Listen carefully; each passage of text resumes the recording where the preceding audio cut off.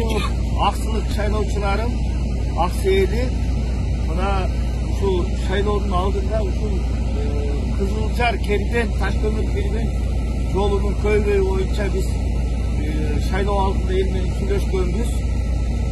Ушул жолдун көйгөйүн мен айтып, элдин арыз мунун угуп, ушул Аксы, Алабука, Чаткал, Ташкөмүр элдин ушул жол боюнча көйгөйлөрүн угуп, анан ушул маселени өз убагында президентибиз Садыр Нуркожоевич, премьер-министрибиз азыркыча айтканда министрлер кабинетинин төрагасы Акылбек Жапаров, транспорт жана коммуникациялар министри Эркин Усоев менен сүйлөшүп, мына ушул жолду быйыл баштаптырдык. Ана Кудай кааласа, Кудай буйруса, ушул жол жылы 10 километр, 10 чакырым жолду быйыл жасайбыз, Кудай кааласа, мынакей.